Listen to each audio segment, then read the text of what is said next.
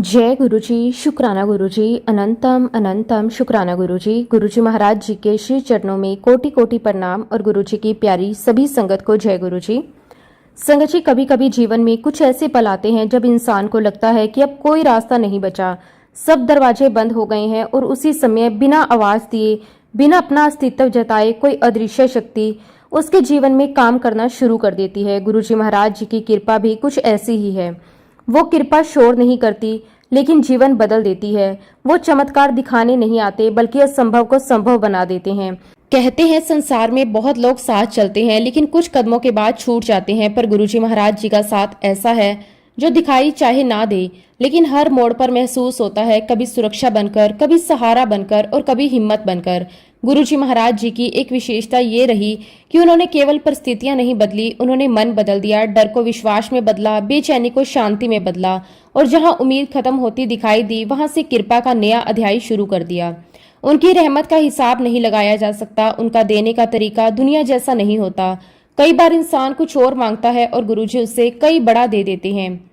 संगत जी, आज का सत्संग बहुत ही सुंदर, बहुत ही प्यारा सत्संग है। गुरुजी महाराज जी की बहुत ही प्यारी और ब्लेस संगत उमा आंटी का सत्संग है। संगत जी, सत्संग को पूरा जरूर सुने, पूरे भक्ति भाव के साथ सुने, क्योंकि हर एक सत्संग में गुरुजी महाराज हमें अपनी भरपूर ब्लेसिंग्स देते हैं। सत्संग शुरू करने से पहले मैं आप सबसे एक छोटी सी रिक्वेस्ट करूंगी कि अगर अभी तक आपने गुरुजी की संगत चैनल को सब्सक्राइब नहीं किया तो हमारे इस चैनल को सब्सक्राइब जरूर कर लें, क्योंकि इस चैनल पर आपको गुरुजी के बहुत ही प्यारे प्यारे सत्संग सुनने को मिलते रहेंगे। तो चलिए संगत जी, पूरी श्रद्धा भाव के साथ इस सत्संग की शुरुआत करते हैं। जय गुरुजी, शुक्राना गुरुजी, अनंतम अनंतम शुक्राना गुरुजी। संगत जी, सबसे पहले मैं अपने गुरुजी महाराज जी के पावन चरणों में कोटि कोटि प्रणाम करती हूँ और गुरुजी की प्यारी सभी संगत को मेरा प्रेम भरा जय गुरुजी। सच कहूँ तो गुरुजी की महिमा का वर्णन करना किसी साधारण इंसान के बस की बात नहीं है। उनकी कृपा को शब्दों में बांधना वैसा ही है जैसे मुट्ठी में आसमान को पकड़ने की कोशिश करना। जितना हम उनके बारे में कहते हैं उतना ही लगता है कि अभी तो कुछ कहा ही नहीं। उनकी रहमतें इतनी गहरी, इतनी शांत और इतनी अनमोल होती हैं कि इंसान कई बार उन्हें समझ बाद में पाता है और महसूस पहले कर लेता है। सबसे पहले मैं अपने मालिक गुरुजी महाराज जी का दिल से बहुत बहुत शुक्राना करती हूँ कि उन्होंने मुझे ये अवसर दिया कि मैं अपने जीवन के अनुभव आप सभी के साथ साझा कर सकूं। ये सब उनकी ही कृपा है। जो कुछ मिला, जैसा मिला, जब मिला, सब उन्हीं की दया से मिला। शुक्राना मेरे मालिक, आपका अनंतम अनंतम शुक्राना। संगत जी, हम अक्सर सोचते हैं कि हमारा जीवन हमारी योजना से चलता है। हम सोचते हैं कि हम निर्णय लेते हैं, हम रास्ते चुनते हैं, हम भविष्य बनाते हैं, लेकिन समय बीतने के बाद समझ आता है कि कहीं ना कहीं कोई अदृश्य शक्ति हर कदम पर हमारे साथ चल रही होती है। कई बार हम जिस रास्ते को अंत समझते हैं वही किसी नई शुरुआत का द्वार बन जाता है और कई बार जो हमें ठहराव लगता है वही आगे चलकर सबसे बड़ी कृपा बन जाता है। संगत जी, जीवन बाहर से जितना आसान दिखाई देता है अंदर से हमेशा वैसा नहीं होता। हर इंसान अपने हिस्से की उम्मीदें, डर, सवाल और सपने लेकर चलता है और जब जीवन वैसा नहीं चलता जैसा हमने सोचा होता है तब मन टूटने लगता है। इंसान बाहर से मुस्कुराता है लेकिन अंदर से उत्तर ढूंढ रहा होता है। संगत जी, मेरे जीवन में भी कुछ ऐसा ही हुआ। मेरी शादी साल 2011 में हुई और ये एक अरेंज मैरिज थी, लेकिन इस रिश्ते की शुरुआत भी बड़ी अलग तरीके से हुई। दरअसल मैं अपनी मम्मी के साथ अक्सर उनकी एक फ्रेंड के घर जाया करती थी। बचपन से हमारा वहां आना जाना था। उसी जगह के पास मेरे होने वाले हस्बैंड का घर था। क्योंकि कई सालों से उन्होंने मुझे देखा हुआ था, इसलिए उनके परिवार के मन में मेरे लिए रिश्ता करने का विचार आया। एक दिन उन्होंने हमारे घर रिश्ता भेजा। घर वालों ने कहा कि पहले बातचीत कर लो, समझ लो, फिर आगे निर्णय लेना। मैंने भी सोचा कि ठीक है, बात करके देखते हैं। संगत जी, जब पहली बार मैंने उनसे बातचीत शुरू की तो शुरुआत के कुछ दिन सामान्य रहे, लेकिन धीरे धीरे मुझे उनका स्वभाव थोड़ा अलग लगा। बातचीत के दौरान मुझे उनका बिहेवियर थोड़ा रूड और सख्त लगा। मुझे लगा कि अगर अभी बातचीत में इतना अंतर महसूस हो रहा है तो आगे जाकर शायद और भी मुश्किल हो। मैंने अपने पापा से साफ कहा कि अभी रिश्ते को थोड़ा होल्ड कर दीजिए। मैंने कहा कि पापा, अभी मुझे लगता है कि जल्दबाजी नहीं करनी चाहिए। अगर अभी से मुझे ये सब महसूस हो रहा है तो शादी के बाद क्या ही होगा। घर वालों ने मेरी बात मानी और बातचीत वहीं रोक दी। संगत जी, बाहर से सब सामान्य लग रहा था लेकिन अंदर कुछ और ही चल रहा था। करीब 1 महीने तक हमारी बातचीत हुई थी और जब अचानक सब बंद हो गया तो मुझे एहसास हुआ कि मन उस आदत को मिस करने लगा है। मैं खुद भी समझ नहीं पा रही थी कि ऐसा क्यों हो रहा है। मैं खुद को समझाती कि फैसला तो मैंने लिया था, फिर अब ये खालीपन क्यों महसूस हो रहा है। धीरे धीरे मैंने महसूस किया कि शायद किसी इंसान को समझने में समय लगता है। शायद हर व्यक्ति अपनी नज़र में वैसा नहीं होता जैसा दिखाई देता है। दिन बीतते गए और फिर एक दिन मेरे मन में बहुत स्पष्ट विचार आया, अगर शादी करूंगी तो यही करूंगी। संगत जी, मैं खुद ये सब सोचकर आश्चर्य में थी। कुछ समय पहले तक मैं इस रिश्ते को रोकना चाहती थी और आज मन उसी रिश्ते को स्वीकार करने लगा था। फिर मैंने अपने पापा से बात की। मैंने कहा कि अगर आपको ठीक लगे तो एक बार फिर बात कर लेते हैं। मेरे पापा दोबारा रिश्ता लेकर वहां गए। दोनों परिवारों ने फिर बातचीत शुरू की। धीरे धीरे सब बातें बनने लगी और इस प्रकार संगत जी हमारी बात पक्की हो गई और हमारी शादी हो गई। संगत जी, शादी के बाद मेरे मन में बहुत सारे सपने थे। मुझे लगा कि अब जीवन बहुत सुंदर होगा, सब कुछ आसान होगा, नई शुरुआत होगी और मेरी लाइफ बहुत अच्छी होगी। हर लड़की की तरह मेरे मन में भी यही था कि अब जीवन का एक नया अध्याय शुरू होगा, नया घर होगा, नए रिश्ते होंगे, धीरे धीरे अपनापन बनेगा, समझ बनेगी, साथ मिलेगा और जीवन पहले से और भी सुंदर हो जाएगा। बाहर से सब कुछ सामान्य दिखाई देता था, लेकिन अंदर ही अंदर जो चल रहा था वो सिर्फ मैं जानती थी और मेरे गुरुजी जानते थे। शुरुआत के कुछ दिन तो सामान्य लगे, लेकिन धीरे धीरे मुझे महसूस होने लगा कि जिस अपनेपन, जिस साथ और जिस प्यार की मैंने कल्पना की थी वो मुझे महसूस नहीं हो रहा। मैं अपने रिश्ते को पूरे मन से निभाना चाहती थी। मैं कोशिश करती थी कि सबको खुश रखूं, किसी को शिकायत का मौका ना दूं, हर जिम्मेदारी निभाऊं, हर रिश्ते को दिल से अपनाऊं। लेकिन कई बार इंसान जितना ज्यादा कोशिश करता है उतना ही अकेला महसूस करने लगता है। संगत जी, समय बीतता गया। मुझे महसूस होने लगा कि मेरे हस्बैंड की तरफ से मेरे लिए वैसा भाव नहीं है जैसे एक पत्नी अपने जीवन साथी से उम्मीद करती है। बातचीत कम होती गई, भावनात्मक दूरी बढ़ने लगी, छोटी छोटी बातों में तनाव होने लगा। मैं सोचती थी कि शायद समय के साथ सब ठीक हो जाएगा। मैं खुद को समझाती थी कि हर शादी में थोड़ा समय लगता है।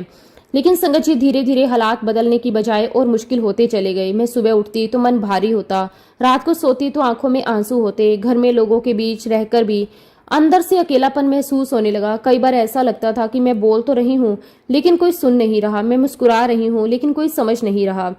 संगत जी, इंसान बाहर से जितना सामान्य दिखाई देता है अंदर से उतना ही टूटा हुआ भी हो सकता है।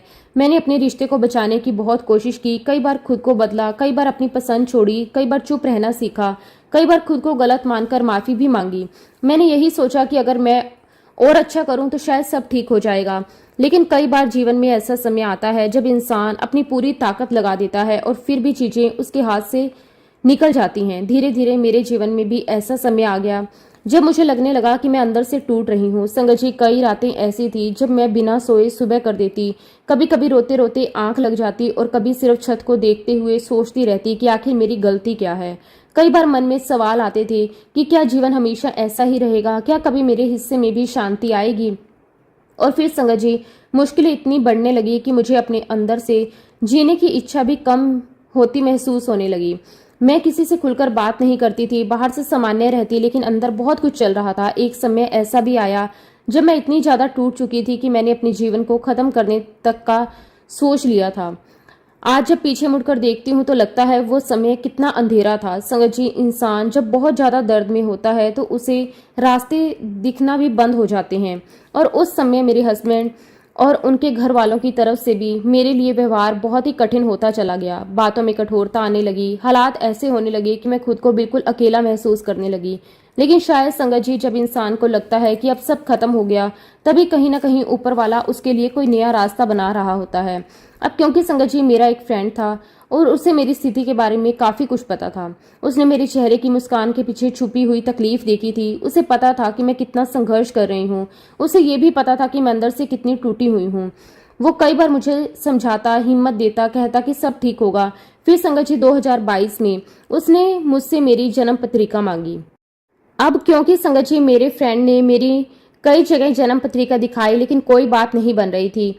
वो भी मेरी पत्रिका दिखा दिखाकर थक चुका था। फिर एक दिन उसने मुझे गुरुजी महाराज जी का स्वरूप भेजा और साथ में अनिल अग्रवाल अंकल का सत्संग शेयर किया। संगत जी, ये बात थी दिसंबर 2022 की।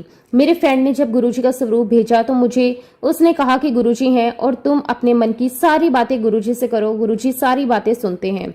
और जैसा कि संगत जी, जो भी नई संगत होती है शुरुआत में उन्हें बातें समझ में नहीं आती और ठीक ऐसा ही मेरे साथ भी हुआ। मुझे कुछ भी समझ नहीं आ रहा था गुरुजी कैसे सुनते हैं। संगत जी, मैंने अनिल अंकल का सत्संग सुना और बात यहीं खत्म हो गई। समय ऐसे निकलता रहा और फिर संगत जी दिन आया 7 अप्रैल 2023 का, जब गुरुजी महाराज जी ने अपने आप मेरे पास वो सत्संग भेजने शुरू कर दिए जिनके अंदर वही सारी समस्याएं थी जो मेरे जीवन में चल रही थी। लेकिन संगत जी, मेरा दुर्भाग्य देखिए, मैं गुरुजी महाराज जी के साथ नहीं जुड़ पाई, जबकि बार बार मुझे गुरुजी का कॉल आ रहा था। गुरुजी मुझे अपनी तरफ खींच रहे थे। फिर एक दिन संगत जी, हम जहां कोलकाता में जिस फ्लैट में रहते हैं वही पास में हमारी पहचान की विशु दीदी हैं, वो आई हुई थी अपने हस्बैंड के साथ। तो मेरी बेटी मुझे कहने लगी कि मम्मा विशु दीदी आई है तो उनके पास जा रही हूँ। तो मुझे लगा कि उनकी फैमिली भी आई होगी। तो बेटी ने बताया कि नहीं मम्मा, विशु दीदी और उनके हस्बैंड अकेले हैं और उनके हस्बैंड ऑफिस चले जाते हैं तो दीदी अकेली रहती है।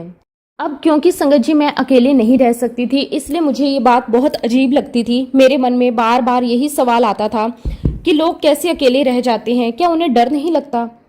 एक दिन मैंने अपनी बेटी से भी यही बात कही। मैंने उससे कहा कि बेटा, विशु दीदी तो अकेले रहती है, उन्हें डर नहीं लगता। तब संगत जी मेरी बेटी ने इतनी मासूमियत और इतने प्यार से मुझे जवाब दिया, आज भी जब मैं उस पल को याद करती हूँ तो मेरी आंखें भर आती हैं। उसने मुस्कुराकर कहा कि नहीं मम्मा, क्योंकि उनके घर में तो गुरुजी हैं।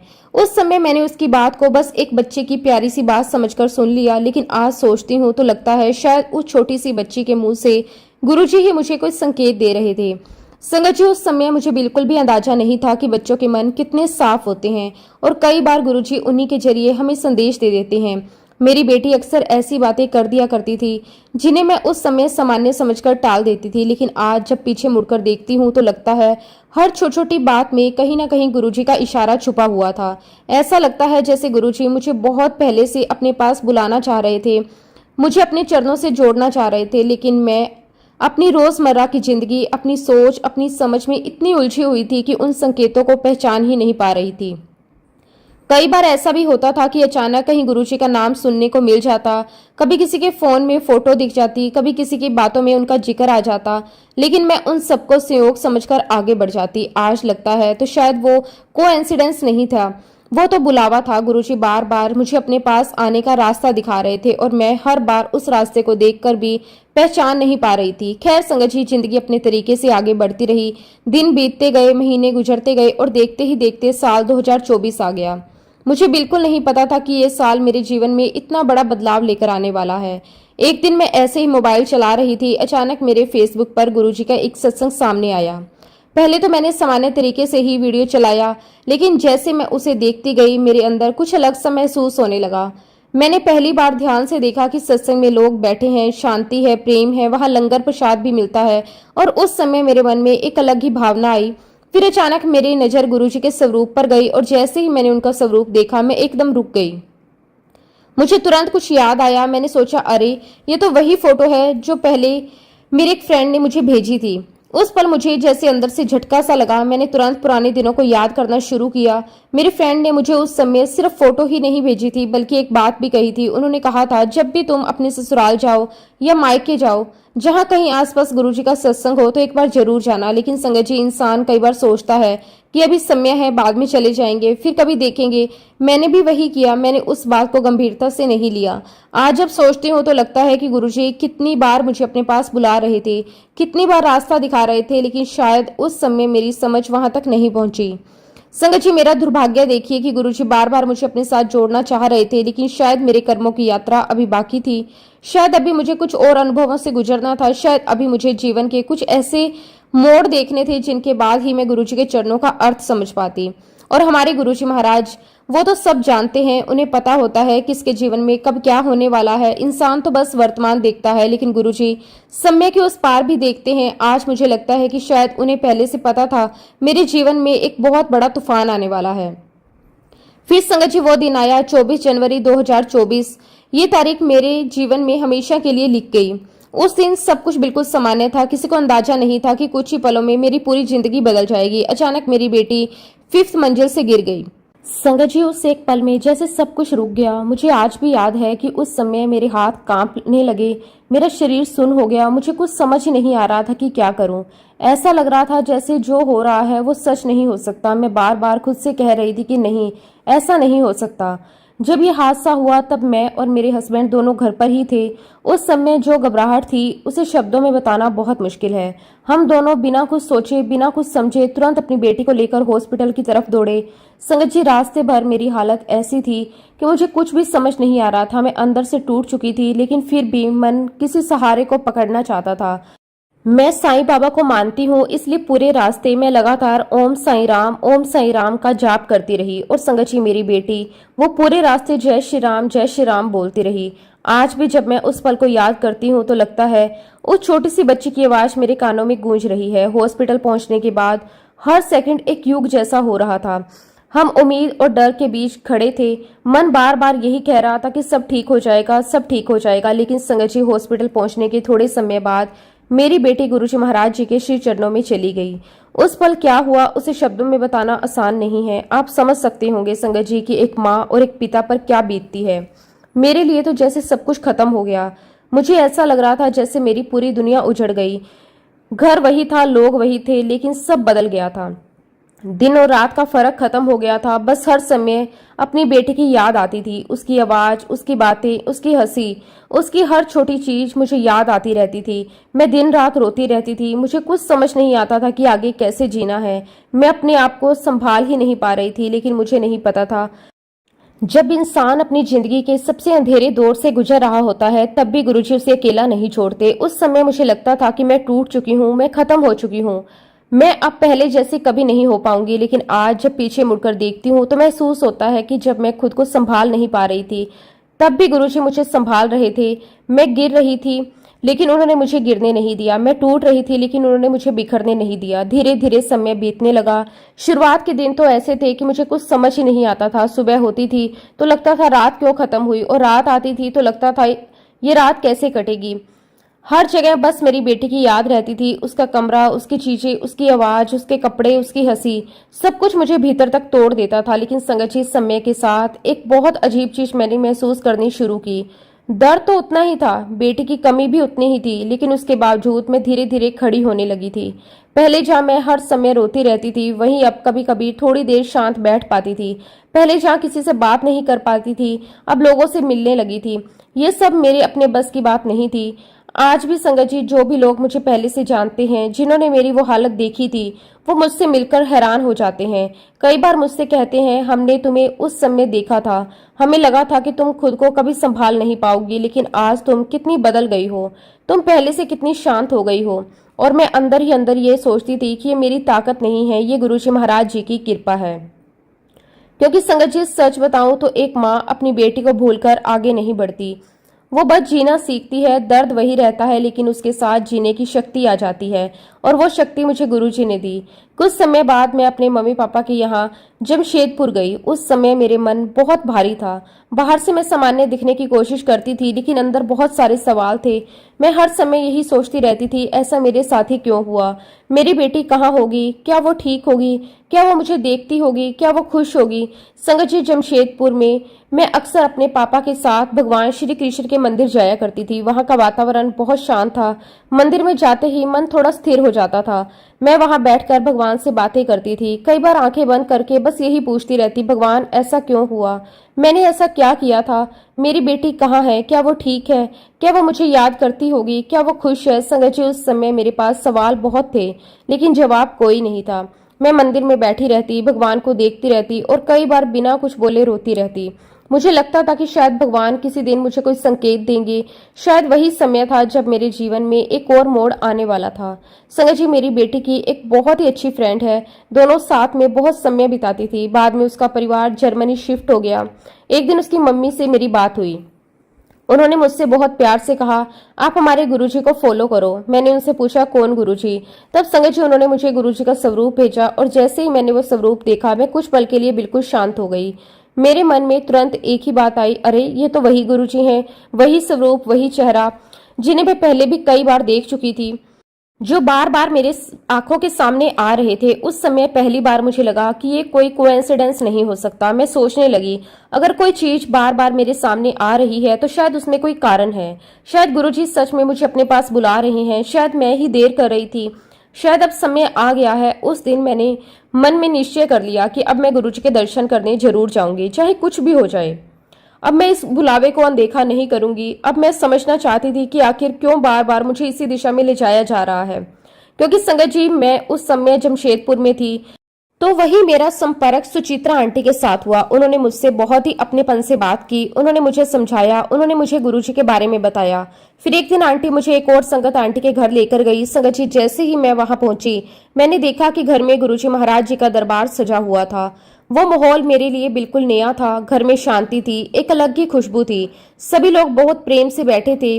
वहां कोई दिखावा नहीं था, बस अपनापन था। मैं चुपचाप बैठकर सब देखती रही। मुझे समझ ही नहीं आ रहा था कि क्या महसूस करूं, लेकिन अंदर बहुत शांति आ रही थी। संगत जी, अगले दिन उन्हीं आंटी के यहाँ गुरुजी महाराज जी का सत्संग था। मैंने पहली बार अपने जीवन में गुरुजी महाराज जी का सत्संग अटेंड किया। मैं बहुत ध्यान से सब देख रही थी, कैसे लोग बैठते हैं, कैसे अरदास होती है, कैसे सब प्रेम से सेवा करते हैं। मैं सब अपने अंदर उतार रही थी। सत्संग खत्म हुआ। वहां हमें प्रसाद में फ्रूटी मिली।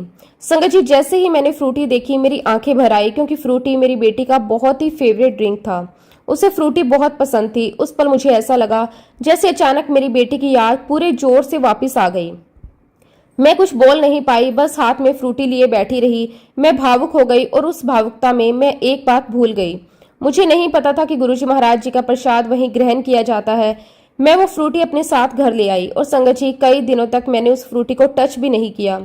मैं बस उसे देखती रहती थी, क्योंकि हर बार उसे देखकर मुझे अपनी बेटी याद आती थी। मुझे लगता था जैसे उसकी कोई याद मेरे सामने रखी हो। मैं कई बार उसे हाथ में लेकर रो पड़ती थी और फिर वापस रख देती। संगत जी, मैंने ये सत्संग 5 मई 2024 को अटेंड किया था और उसके अगले ही दिन सुचित्रा आंटी ने मुझसे कहा कि 7 तारीख को तुम्हारे यहाँ सत्संग रख लेती हैं। मैं एकदम चौंक गई। मैंने सोचा, मेरे यहाँ इतनी जल्दी?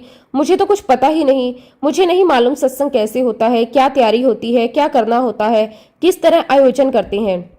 मुझे कुछ भी समझ नहीं थी, लेकिन अंदर से एक इच्छा भी थी। मैंने सोचा, जो होगा देखा जाएगा, गुरुजी खुद संभाल लेंगे। जो कुछ भी मैंने उस पहले सत्संग में देखा था, बस उसी को अपने मन में रखकर मैं 6 तारीख के दिन बाजार निकली और गुरुजी के सत्संग की तैयारी करने लगी।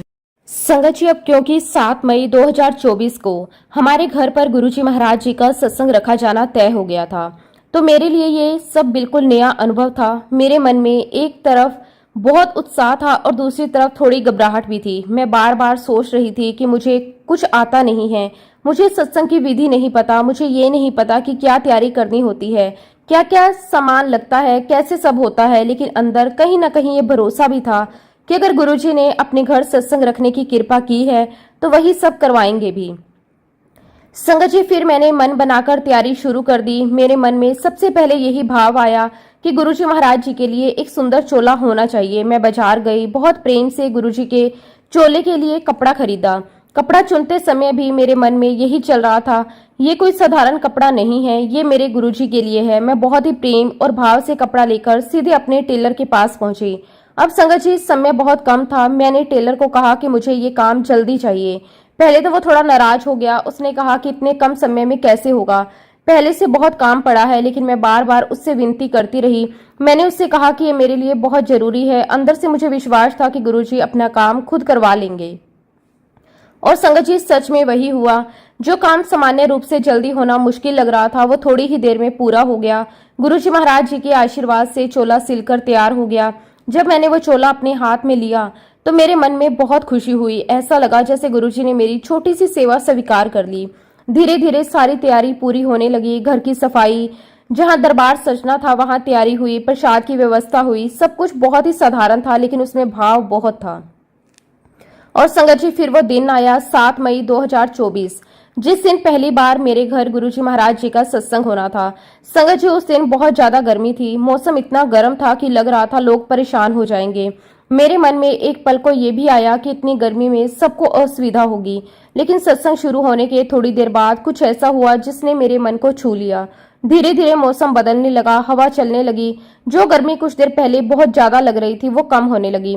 फिर ठंडी हवाएं चलने लगी। माहौल बहुत ही सुहावना हो गया। ऐसा लग रहा था जैसे वातावरण में अचानक शांति उतर आई हो। संगत जी, उसी समय बाहर तेज हवाएं चली और गुरुजी की गद्दी के ऊपर जो ब्लैक चोले वाला छोटा स्वरूप रखा हुआ था, वो अपनी जगह से हल्का सा हिलकर नीचे आया और गिरकर सीधे गद्दी पर विराजमान हो गया। उस समय वहां मौजूद सभी लोग ये देखकर भावुक हो गए। मेरे मन में तुरंत यही भावना आई कि ये कोई साधारण बात नहीं है। मुझे ऐसा लगा जैसे गुरुजी स्वयं अपनी उपस्थिति का एहसास करवा रहे हों। मेरे लिए वो पल बहुत ही विशेष बन गया। संगत जी, उसके बाद जीवन धीरे धीरे आगे बढ़ता रहा, लेकिन जीवन में परीक्षाएं खत्म नहीं हुई। आगे चलकर मुझे कई हेल्थ इश्यूज सामने आए। संगत जी, मुझे पहले से कुछ स्वास्थ्य संबंधी समस्याएं थी।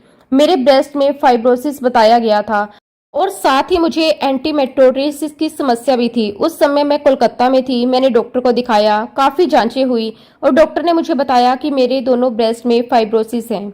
ये सुनकर मैं अंदर से बहुत परेशान हो गई। पहले से ही मैं मानसिक रूप से बहुत कुछ झेल चुकी थी और अब ये सुनकर मन और भारी हो गया। कई तरह के विचार आने लगे, डर भी लगा, लेकिन उस समय भी मैं बार बार गुरुजी को याद करती रही। इसी बीच मुझे जमशेदपुर आना हुआ और संगत जी, उसी दौरान मुझे गुरुजी महाराज जी के लंगर प्रसाद, जल प्रसाद और सत्संग का आशीर्वाद मिलता रहा। मैं सत्संग में जाती रही, मन को थोड़ा सहारा मिलता रहा। लेकिन जब फिर से स्वास्थ्य की बात आई तो सच कहूं संगत जी, मेरा मन डॉक्टर के पास जाने का नहीं था। मैं थक चुकी थी। मैंने सोचा जो होगा देखा जाएगा। लेकिन यही वो समय था जब मुझे समझ आया कि गुरुजी सिर्फ अपने आशीर्वाद से नहीं बल्कि अपने लोगों के जरिए भी साथ देते हैं। गुरुजी महाराज जी ने हमें बहुत ही प्यारा गुरु परिवार दिया है और कई बार जहां परिवार भी कुछ नहीं कर पाता, जहां इंसान अकेला महसूस करता है, वहां गुरु संगत परिवार साथ खड़ा हो जाता है। संगत जी, सुचित्रा आंटी और एक दो और आंटी थी जिन्होंने मुझे बार बार समझाया। उन्होंने कहा कि नहीं, आपको डॉक्टर को दिखाना चाहिए, आप डरिए मत, सब ठीक होगा। उन्होंने सिर्फ सलाह नहीं दी बल्कि साथ भी दिया और सुचित्रा आंटी खुद मेरे साथ डॉक्टर के पास गई। जब डॉक्टर ने मेरा पूरा एग्जामिन किया तो उन्होंने कहा नहीं, दोनों ब्रेस्ट में नहीं, सिर्फ एक ब्रेस्ट में फाइब्रोसिस दिख रहा है। और ये सुनकर थोड़ी राहत मिली, लेकिन हमने सोचा कि सेकंड ओपिनियन भी ले लेते हैं। फिर हम दूसरे डॉक्टर के पास गए। उन्होंने भी पूरा एग्जामिन किया, सारी रिपोर्ट देखी, जांच की और फिर उन्होंने मुझे देखकर कहा आपको कुछ भी नहीं है। संगत जी, उन्होंने मुझे सिर्फ विटामिन ई के कैप्सूल दिए और घर भेज दिया। उस समय मेरे मन में जो भाव थे उन्हें शब्दों में बताना मुश्किल है। मुझे ऐसा लगा जैसे गुरुजी पहले ही मुझे अपने आशीर्वाद से ढक चुके थे। उन्होंने पहले ही मुझे अपने लंगर प्रसाद से, अपने चाय प्रसाद से, अपने जल प्रसाद से और अपने सत्संग, अपने प्रेम से ब्लेस कर दिया था। संगत जी, मेरे गुरुजी महाराज जी की कृपा नहीं तो और क्या है। गुरुजी ने तो पहले ही मुझे इतना ब्लेस कर दिया, मैं उसके लिए गुरुजी महाराज जी का जितना भी शुक्राना करूं उतना कम है। संगत जी, गुरुजी महाराज जी की कृपा यही नहीं रुकी। जब मैं पीछे मुड़कर अपने जीवन को देखती हूँ तो मुझे महसूस होता है कि गुरुजी ने सिर्फ मुझे मानसिक रूप से संभाला नहीं बल्कि हर उस जगह पर मेरा हाथ पकड़ा जहां मैं डर रही थी, जहां मैं टूट रही थी, जहां मुझे लग रहा था कि अब शायद मैं आगे नहीं बढ़ पाऊंगी। संगत जी, जैसा कि मैंने पहले बताया कि मुझे स्वास्थ्य संबंधी कई समस्याओं का सामना करना पड़ा था। उन्हीं में से एक समस्या थी एंडोमेट्रियोसिस की। और जब डॉक्टर ने मुझे इसके बारे में बताया तो उस समय मैं पहले से ही मानसिक रूप से बहुत कमजोर थी। बेटी के जाने के बाद वैसे ही जीवन को संभालना कठिन हो रहा था, फिर स्वास्थ्य से जुड़ी बातें सुनना मेरे लिए और भी भारी था। सर जी, डॉक्टरों ने मुझे साफ शब्दों में कहा कि इसको हल्के में नहीं लेना चाहिए, आगे जांच करनी होगी, बायोप्सी के लिए भेजना पड़ेगा। उस समय जैसे ही मैंने ये शब्द सुना बायोप्सी, मेरे मन में कई तरह के विचार आने लगे। अस्पताल, जांच, रिपोर्ट, ऑपरेशन, ये सब सोचकर ही मन घबरा जाता था। लेकिन संगत जी, उस समय मेरे अंदर एक अलग ही भाव था। अब मैं पहले जैसी नहीं रही थी। पहले मैं हर बात में बहुत डर जाती थी, लेकिन अब मेरे अंदर कहीं ना कहीं ये विश्वास आने लगा था कि गुरुजी जो करेंगे अच्छा करेंगे। मैं बार बार गुरुजी को याद करती थी। मैं उनसे यही कहती थी कि गुरुजी, अब मैं आपकी हूँ, आप जैसा ठीक समझें वैसा कीजिए। अगर मुझे डॉक्टर के पास जाना होगा तो आप मेरे साथ रहिए, अगर मुझे कुछ सहना होगा तो उसमें भी मुझे शक्ति दीजिए। लेकिन संगत जी, गुरुजी महाराज जी का आशीर्वाद इतना बड़ा था कि धीरे धीरे चीजें बदलने लगी। जहां डॉक्टर ने आगे की प्रक्रिया की बात की थी, वहीं गुरुजी की कृपा से ना कोई ऑपरेशन हुआ, ना कोई सर्जरी हुई और ना मुझे उस रास्ते से गुजरना पड़ा जिससे मैं बहुत डर रही थी। धीरे धीरे परिस्थितियां ऐसी बनी कि बिना किसी बड़ी प्रक्रिया के मैं ठीक होने लगी और मेरे मन में बार बार यही भाव आता रहा कि ये सब मेरे बस की बात नहीं थी। मुझे ऐसा लगता था कि गुरुजी ने अपने प्रसाद से, अपने आशीर्वाद से, अपने प्रेम से मुझे संभाल लिया। संगत जी, हम अक्सर यही सुनते हैं कि गुरुजी महाराज अपनी संगत को सबसे पहले हेल्थ ब्लेस करते हैं, तो मेरे मन में भी यही भाव आया। गुरुजी ने मुझे वही आशीर्वाद दिया। उन्होंने मुझे सिर्फ शरीर से नहीं बल्कि मन से भी ठीक करना शुरू किया, क्योंकि कई बार बीमारी सिर्फ शरीर की नहीं होती। कई बार इंसान अंदर से भी बहुत थका हुआ होता है और जब मन को सहारा मिलता है तो शरीर भी धीरे धीरे सहयोग देने लगता है। संगत जी, इसी बीच गुरुजी महाराज जी ने मुझे एक और बहुत ही सुंदर आशीर्वाद दिया। मुझे ऑटोबायोग्राफी ऑफ योगी पढ़ने का सौभाग्य मिला। मैंने पहले इस किताब के बारे में सुना था, लेकिन कभी पढ़ने का अवसर नहीं मिला था। लेकिन जब ये किताब मेरे हाथ में आई तो मुझे लगा जैसे ये भी किसी कारण से आई है। मैं धीरे धीरे उसे पढ़ने लगी और संगत जी, उस समय जो मेरे मन में प्रश्न थे, जो मेरी बेटी को लेकर सवाल थे, जो जीवन को लेकर उलझने थी, जो मृत्यु और आत्मा को लेकर जिज्ञासा थी, उन सब के बीच इस किताब ने मेरे मन को बहुत ही प्रभावित किया। उसमें आत्मा की यात्रा के बारे में पढ़ने को मिला। उसमें ये समझने का अवसर मिला कि जीवन सिर्फ शरीर तक सीमित नहीं माना जाता, ये आत्मा की यात्रा होती है। उसका अनुभव कैसे हो सकता है, आध्यात्मिक रूप से मनुष्य कैसे आगे बढ़ता है। इन विषयों पर पढ़ते हुए मुझे बहुत ही शांति महसूस हुई। संगत जी, मैं ये नहीं कहती कि मुझे सारे उत्तर मिल गए, लेकिन मुझे इतना जरूर लगा कि मेरे अंदर जो लगातार बेचैनी थी उससे मुझे थोड़ी शांति आने लगी। और उस समय मुझे सच में इन सब बातों की बहुत ही जरूरत थी। मुझे संभलने की जरूरत थी, मुझे समझने की जरूरत थी और मुझे अपने मन को दिशा देने की जरूरत थी। मुझे ऐसा लगा गुरुजी ने उसी समय मुझे वो माध्यम दे दिया। इसके लिए मैं गुरुजी का बहुत बहुत शुक्राना करती हूँ। फिर संगत जी, समय आगे बढ़ता गया और फिर एक दिन आया 5 जनवरी।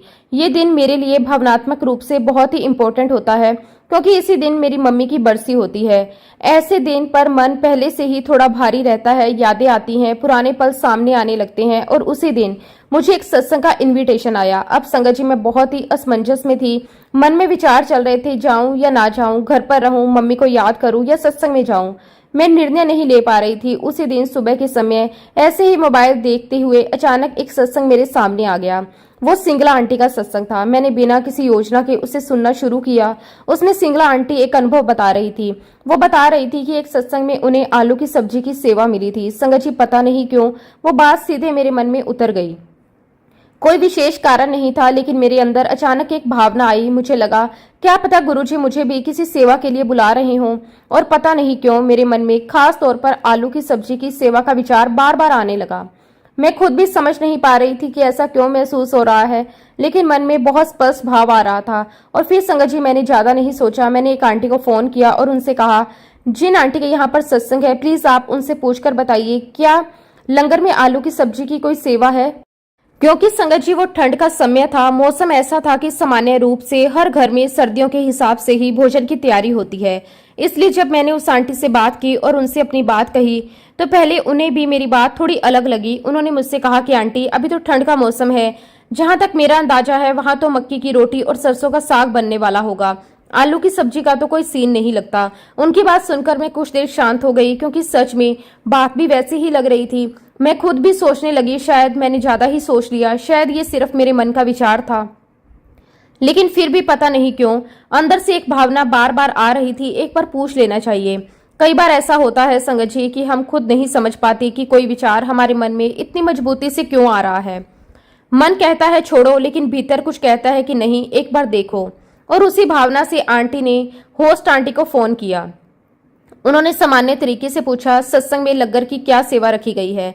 जैसे ही वहां से जवाब आया, आंटी खुद थोड़ी देर के लिए हैरान हो गई। उन्होंने कहा, अरे नहीं, यहाँ तो आलू मटर की सब्जी बन रही है। संगत जी, जैसे ही मुझे ये बात पता चली, मैं कुछ पल के लिए बिल्कुल शांत हो गई। मेरे अंदर तुरंत ये भाव आया। मैंने सोचा, गुरुजी महाराज कितने सुंदर तरीके से अपनी संगत के मन में भाव डालते हैं। और कई बार हम सोचते हैं कि ये विचार हमारा है, लेकिन बाद में समझ आता है शायद हमें किसी दिशा में ले जाया जा रहा था। उस दिन मुझे ऐसा लगा जैसे गुरुजी ने मुझे ये एहसास करवाया कि ये सत्संग सिर्फ बैठकर सुनने की चीज नहीं है। कई बार सत्संग हमारे अंदर सेवा का भाव जगाता है। कई बार कोई विचार देता है और कई बार कोई संकेत देता है और कई बार बस मन को ऐसी दिशा में मोड़ देता है। उस दिन मेरे मन में बहुत ही भाव आया और मैं मन ही मन गुरुजी को धन्यवाद करती रही। फिर मुझे वो बात याद आई जो हम सभी अक्सर सुनते हैं, जो भी गुरुजी के दरबार में आता है, गुरुजी सिर्फ उसे नहीं उसके पूरे परिवार को भी ब्लेस करते हैं। और संगत जी, जब मैं अपने जीवन को देखती हूँ तो मुझे लगा कि मेरे साथ भी कुछ ऐसा ही हुआ, क्योंकि जब गुरुजी महाराज हमारे जीवन में आए तो धीरे धीरे सिर्फ मेरे जीवन में नहीं, मेरे पूरे परिवार में बदलाव आने लगा। और सबसे सुंदर बात मुझे ये लगी कि गुरुजी ने मेरे पापा को भी अपने आशीर्वाद से जोड़ना शुरू कर दिया। अब हुआ क्या संगत जी, हमारे घर में एक अटेंडर आती थी जो लगभग 12 घंटे तक घर पर रहती थी। वो काफी समय से काम कर रही थी, लेकिन अचानक एक दिन पता चला कि उनके गर्भाशय का ऑपरेशन होना है। तो उन्हें छुट्टी लेकर जाना पड़ा। अब घर की दिनचर्या बदल गई। इसी बीच जो आंटी हमारे यहाँ खाना बनाने आती थी, कुछ ऐसा हुआ कि उन्हें भी अचानक जरूरी काम आ गया और उन्हें भी अपने घर जाना पड़ा। ये सब घटनाएं लगभग साथ साथ होने लगी और मैं ये बात अपने जमशेदपुर वाले मायके की कर रही हूँ। जब पापा ने मुझे फोन पर सारी बातें बताई तो मैं सुनकर चिंतित हो गई। मैंने सोचा अकेले कैसे संभालेंगे, खाना, घर, जरूरत पड़ने पर मदद, सब कैसे होगा। तब मैंने पापा से कहा, आप वहां अकेले परेशान हो जाओगे, आप यहाँ आ जाइए। उस समय मुझे बस इतना लगा कि उन्हें कुछ दिन हमारे साथ रहना चाहिए, लेकिन बाद में मुझे लगा कि शायद गुरुजी पहले से रास्ता बना रहे थे। अब संगत जी, जब पापा जमशेदपुर से कोलकाता आने वाले थे तो पता नहीं क्यों मेरे मन में अचानक लोहे की कढ़ाई खरीदने का विचार आया। कोई खास कारण नहीं था, घर में पहले भी बर्तन थे, लेकिन फिर भी मन बार बार कह रहा था कि लोहे की कढ़ाई ले लो। मैंने जाकर वो कढ़ाई खरीद ली।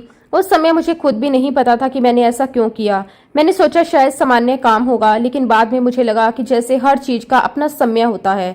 फिर पापा कोलकाता आ गए और संगत जी, उसी रात कुछ ऐसा हुआ जिसने मुझे बहुत डरा दिया। रात में अचानक पापा पलंग से गिर गए और गिरने की वजह से उनके सर में चोट लग गई। उस समय मैं बहुत घबरा गई। मुझे लगा कि कहीं कोई गंभीर चोट ना आ गई हो। मैं बहुत डर गई। मेरी आंखों से आंसू बहने लगे। मेरे मन में तुरंत कई तरह के विचार आने लगे, लेकिन मेरे हस्बैंड ने बिना समय गवाए पापा को तुरंत हॉस्पिटल लेकर गए। वहां जाकर जांच हुई, एमआरआई करवाई गई। हम सब बहुत चिंतित थे। रिपोर्ट आने तक हर मिनट भारी लग रहा था, लेकिन संगत जी, गुरुजी महाराज जी की कृपा देखिए, सब कुछ बिल्कुल नॉर्मल आया। रिपोर्ट ठीक आई और सबसे बड़ी बात, उन्हें कोई भी टांके नहीं आए। उस समय मेरे मन में सिर्फ एक ही भाव आया, शुक्राना शुक्राना शुक्राना गुरुजी महाराज, आपका अनंतम अनंतम शुक्राना। और उस समय मुझे एक और बात समझ आई, अगर यही घटना जमशेदपुर में होती जहां पापा अकेले थे तो कौन उन्हें उठाता, कौन अस्पताल ले जाता, कौन उनके पास बैठता, कौन ध्यान रखता।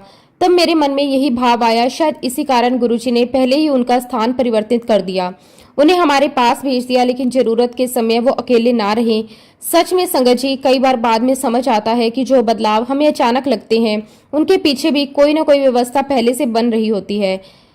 शुक्राना मेरे मालिक, आप अपनी संगत का पल पल ध्यान रखते हो। उसके बाद हमने पापा का पूरा इलाज शुरू करवाया, सारी जांचें करवाई। इलाज के दौरान हमें पता चला कि पापा को पार्किंसन रोग है, साथ ही उनका एचबी बहुत कम था। जब ये बात हमें पता चली तब अचानक मुझे उस लोहे की कढ़ाई के बारे में याद आया जो मैंने बिना कारण पहले ही खरीद ली थी। उस समय मेरे मन में यही भाव आया, गुरुजी परेशानी आने से पहले उसका हल भी तैयार कर देते हैं। फिर हमने उसी लोहे की कढ़ाई में खाना बनाना शुरू किया। धीरे धीरे पापा की डाइट पर ध्यान दिया गया। समय के साथ उनका एचपी बेहतर होने लगा और मेरे मन में यही भावना आती रही कि गुरुजी हर बात को कितनी बारीकी से संभालते हैं। संगत जी, इसी बीच एक और बात होने लगी। लगातार मेरे पास ऐसे सत्संग आने लगे जिसमें गुरुजी की गद्दी लगाने की बात की जा रही थी। पहले मैंने ध्यान नहीं दिया, फिर एक बार, दूसरी बार, ऐसे कई बार इस विषय पर मैंने सत्संग सुने। और जब इस प्रकार के सत्संग लगातार मेरे सामने आने लगे तो मैंने गुरुजी महाराज जी से अरदास की। मैंने गुरुजी महाराज जी से कहा कि गुरुजी महाराज, क्या आप मेरे घर पर गद्दी लगवाना चाहते हो? फिर संगत जी, गुरुजी के आशीर्वाद से हमारे घर पर गुरुजी का सत्संग हुआ और गुरुजी की गद्दी लगाई गई। अब संगत जी, इस प्रकार गुरुजी के आशीर्वाद से मैं लगातार सत्संग करती रही। गुरुजी महाराज जी ने मुझे ध्यान में बैठना सिखाया। एक दिन जब मैं सत्संग में ध्यान में बैठी हुई थी तो गुरुजी ने मुझे विजन दिखाया। संगत जी, मैंने विजन में देखा कि मेरे ताऊ जी ससुर जी जो हैं, ताऊ ससुर जी हैं, उनके घर में गुरुजी महाराज जी ने प्रवेश किया। अब संगत जी, मैं सपने में डरी हुई थी, गुरुजी का सत्संग कैसे होगा, क्योंकि तब तक संगत जी मेरे इन लॉज गुरुजी के साथ नहीं जुड़े थे और मैं मन में यही सोच रही थी मैं सत्संग कैसे करूंगी। और जो ख्वाहिश मेरे मन में थी उसे गुरुजी ने पूरा किया। संगत जी, गुरुजी का बहुत ही सुंदर स्वरूप मेरे घर पर आया, उसे मैं खुद लेकर आई। और जब मैं गुरुजी का स्वरूप अपने घर ले जा रही थी, संगत जी, आप बिलीव नहीं करोगे, गुरुजी के स्वरूप में से बहुत ही स्ट्रॉन्ग चंदन की खुशबू आ रही थी। संगत जी, गुरुजी महाराज जी को मैं अपने घर लेकर आई और बहुत ही प्यारा सत्संग हुआ। संगत जी, उस सत्संग में मेरे परिवार के सभी लोग शामिल हुए। मैं गुरुजी महाराज जी का बहुत बहुत शुक्राना करती हूँ। संगत जी, मेरे पापा को डायबिटीज है और गुरुजी महाराज जी ने अपने लंगर प्रसाद में कितनी ही बार मेरे पापा को चॉकलेट प्रसाद खिलाया। संगत जी, उस प्रसाद के आशीर्वाद से मैं जितनी बार भी उनकी शुगर टेस्ट करवाती हूँ तो वो बिल्कुल कंट्रोल आती है। शुक्राना गुरुजी, आपकी हर ब्लेसिंग का शुक्राना। ठीक ऐसे ही संगत जी, मेरे पापा का आंखों का ऑपरेशन होने वाला था और जब ऑपरेशन के पहले डॉक्टर ने पापा को चेक किया तो हमें बताया कि मेरे पापा की एक आंख में 3rd ग्रेड का कैटरेक्ट है और दूसरी आंख में 4th ग्रेड का, और डॉक्टर ने स्पष्ट रूप से कह दिया कि इनका ये ऑपरेशन बहुत मुश्किल होने वाला है। संगत जी, हम लोग बहुत घबरा गए। ऐसे कैसे पापा का ऑपरेशन करवाएं। लेकिन संगत जी, गुरुजी महाराज अपनी संगत को पल पल गाइड करते हैं, हर पल वो हमें रास्ता दिखाते हैं। संगत जी, थोड़े समय बाद गुरुजी ने मेरे मन में विचार डाला कि मुझे पापा को किसी और हॉस्पिटल में दिखाना चाहिए, और इवन संगत जी, गुरुजी महाराज जी ने मुझे हॉस्पिटल का नाम भी सजेस्ट किया। और जब संगत जी हम उस हॉस्पिटल में गए, पापा का चेकअप हुआ, तो डॉक्टर ने कहा कि चिंता करने की कोई आवश्यकता नहीं है, बहुत आराम से ऑपरेशन होगा। और संगत जी, वाकई में ही गुरुजी महाराज जी के आशीर्वाद से मेरे पापा का ऑपरेशन बहुत ही स्मूथली हुआ। और संगत जी, गुरुजी महाराज जी के आशीर्वाद से ही ऑपरेशन के बाद मेरे पापा का जो विजन है वो बिल्कुल नॉर्मल हो गया। इवन संगत जी, उन्हें चश्मे की भी कोई जरूरत नहीं पड़ी। ये सिर्फ और सिर्फ गुरुजी महाराज जी की कृपा से ही हुआ। शुक्राना गुरुजी, आपका अनंतम अनंतम शुक्राना। गुरुजी महाराज जब से मेरी लाइफ में आए हैं, तब से गुरुजी महाराज जी ने मुझे बहुत बहुत हिम्मत दी है। मैं गुरुजी महाराज जी का जितना भी शुक्राना करूं उतना कम है। और इसी के साथ संगत जी, अब मैं अपने शब्दों को, अपनी वाणी को यहीं पे विराम देती हूं। जब भी गुरुजी महाराज मुझे आज्ञा देंगे, मैं अपना अगला शुक्राना सत्संग भी आप सबके साथ जरूर शेयर करूंगी। अगर इस सत्संग के दौरान मुझसे कोई गलती हुई हो तो मैं हाथ जोड़कर पूरी संगत परिवार से और गुरुजी महाराज जी से क्षमा चाहती हूँ। जय गुरुजी, शुक्राना गुरुजी, अनंतम अनंतम शुक्राना गुरुजी। ओम नमः शिवाय, शिवजी सदा सहाय। ओम नमः शिवाय, गुरुजी सदा सहाय। जय गुरुजी, शुक्राना गुरुजी।